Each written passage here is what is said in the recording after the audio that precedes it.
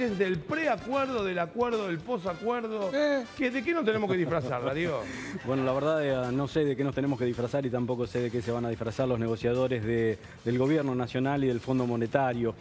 A ver, ayer de esto hicimos hincapié en lo dicho por el presidente Javier Milei en la inauguración de las sesiones ordinarias del Congreso, respecto de que iba a pedir el acompañamiento de las distintas fuerzas políticas del acuerdo. Concretamente dijo, dada la importancia estratégica que tiene este acuerdo, el acuerdo con el fondo, para la Argentina, quiero anunciarles que los próximos días le pediré al Congreso que apoye al gobierno en este nuevo acuerdo con el Fondo Monetario Internacional.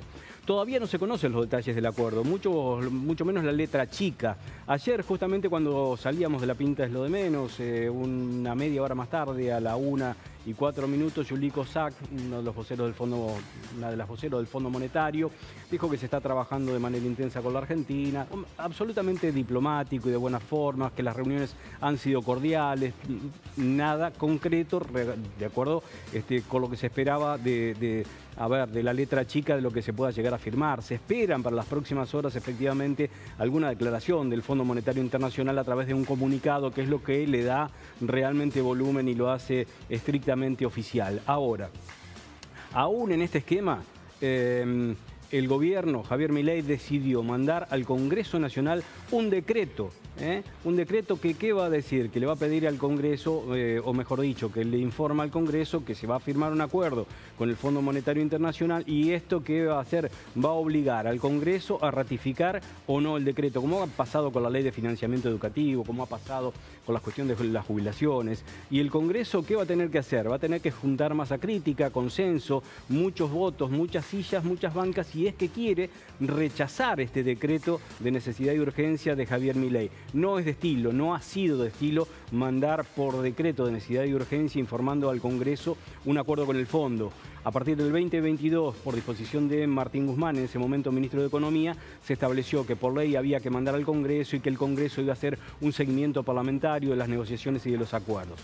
Ayer planteábamos, antes de ayer, ¿qué va a hacer Milei? ¿Va a mandar un proyecto de ley acompañando con el memorándum de entendimiento, con la letra? Nada de esto.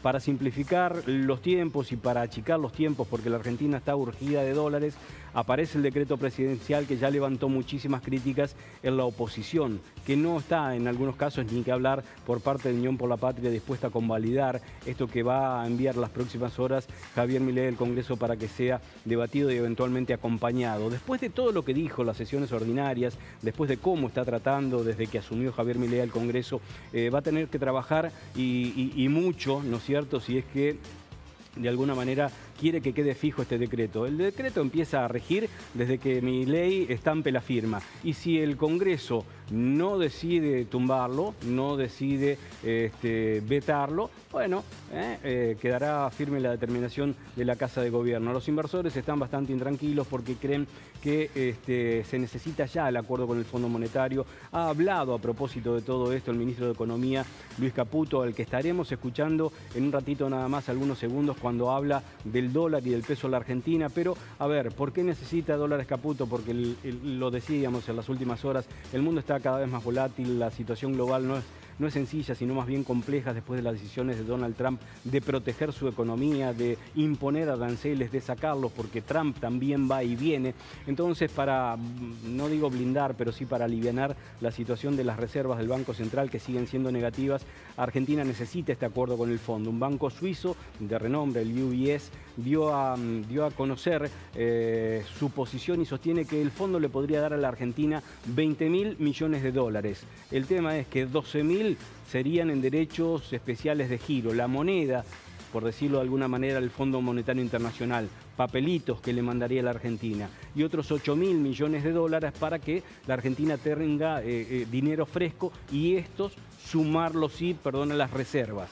Esto le daría al gobierno de Milei y a su gestión cierto oxígeno para tratar de mantener allí el dólar a los parámetros que quiere tenerlo el gobierno. ¿Y dónde lo quiere tener? ¿Va a pasar algo con el dólar? Me parece que lo mejor es escuchar qué es lo que decía Luis Caputo, el ministro de Economía, ayer en Mendoza, donde ha viajado él y viajará seguramente casi todo el gabinete para participar a partir de hoy y durante 3 días de las festividades de la fiesta de la vendimia. No quiero decir que van a estar los 3 días, pero sí por lo menos para los actos oficiales. Esto decía Luis Caputo.